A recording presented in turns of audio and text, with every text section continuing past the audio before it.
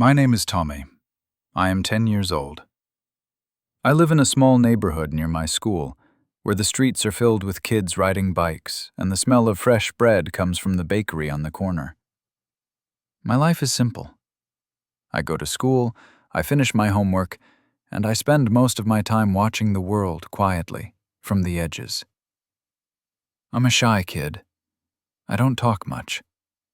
Sometimes I feel like people look right through me, like I'm part of the background, like a chair or a wall. I'm not sure why. Maybe I'm too quiet. Maybe I'm just different. But most days, I walk through the school halls hoping someone will notice me, someone who sees me. But that didn't happen often. Every morning, I sat alone at the back of the classroom. I listened to everyone laugh, talk, play, and share secrets. And I wondered what it felt like to belong to a group, to be someone who mattered. Sometimes I dreamed of doing something big, something that would make people say, "Wow, Tommy did that." But I didn't think I was brave enough, or strong enough, or important enough. Then, one Monday morning, something small happened. Very small. But it changed everything. I was walking to school with my backpack almost dragging on the ground. My head was down, and my heart felt heavy for reasons I couldn't explain. Maybe it was because I had no one to sit with at lunch again. Maybe it was the math test I was scared of. Maybe it was just one of those days when breathing feels hard. At the crossing near the school gate, I saw a girl from my class named Lily. She was crying quietly, holding her broken lunchbox in her hands. The lid had cracked, and her food spilled inside her bag.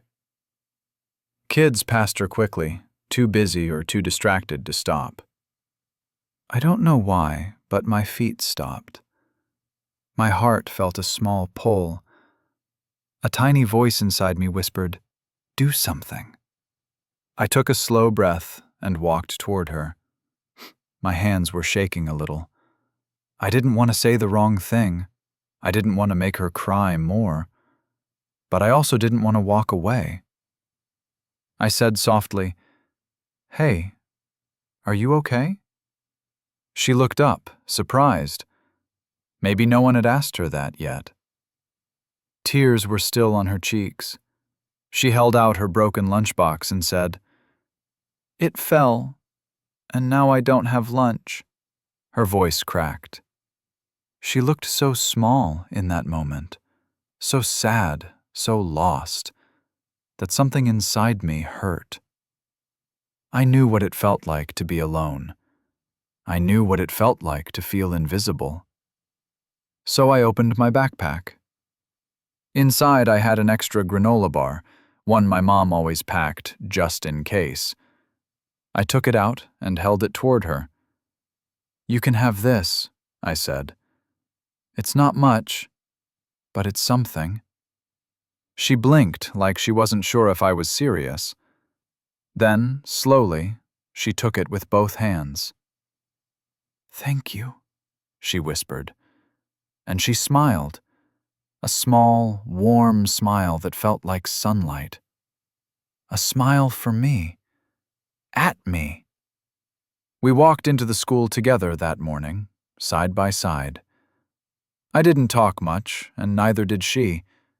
But somehow it felt nice. It felt peaceful. Like maybe I wasn't invisible after all. I thought the story would end there. Just a tiny moment, a tiny act. Nothing big. But life had other plans. The next day, during recess, I was sitting alone at my usual spot near the fence. Suddenly, I saw Lily walking toward me with two other kids. My heart started to race. I thought maybe they were going to laugh at me or tell me to move.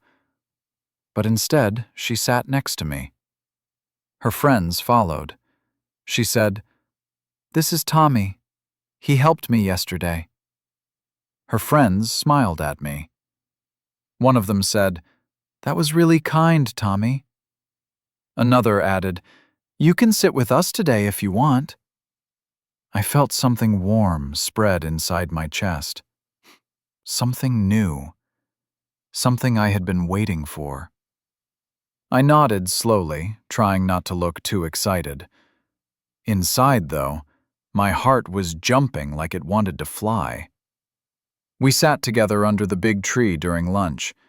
We talked about cartoons, favorite snacks, and the best ice cream flavors.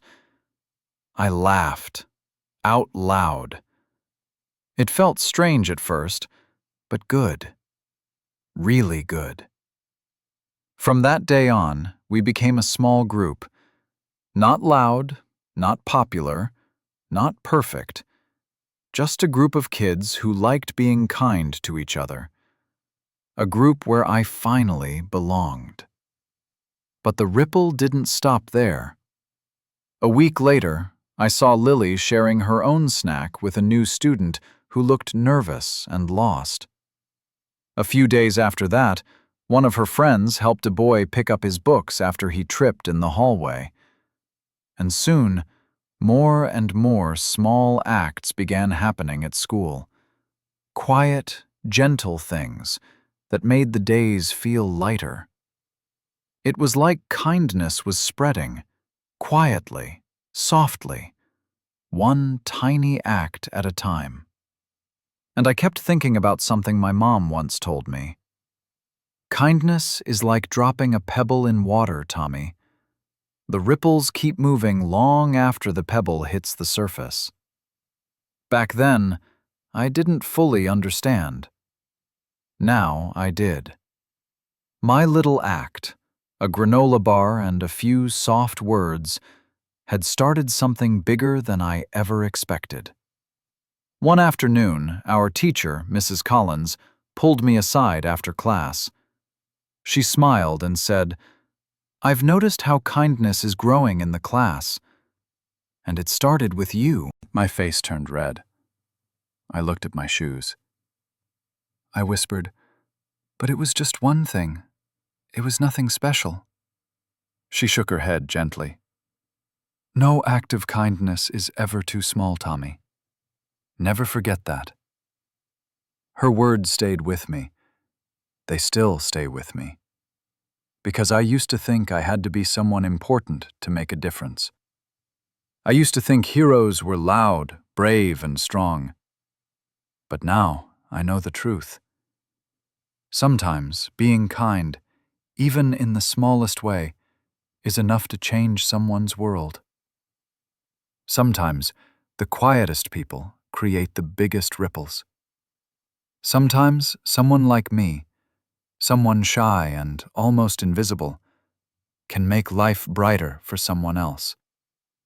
And that tiny moment at the school gate, when I chose to stop, when I chose to care, it didn't just change Lily's day.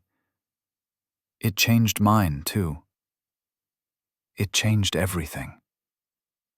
Now, I try to be kind every day. Not to be noticed, not to be praised, but because I finally understand how powerful it is. A smile, a few soft words, a small helping hand. These things matter. More than we think, more than we can see. The moral of my story is this: no act of kindness is ever too small. Even the tiniest good deed can brighten a life, heal a heart, or inspire someone else to be kind too. Kindness spreads, just like ripples in water, and you never know how far your ripple will reach.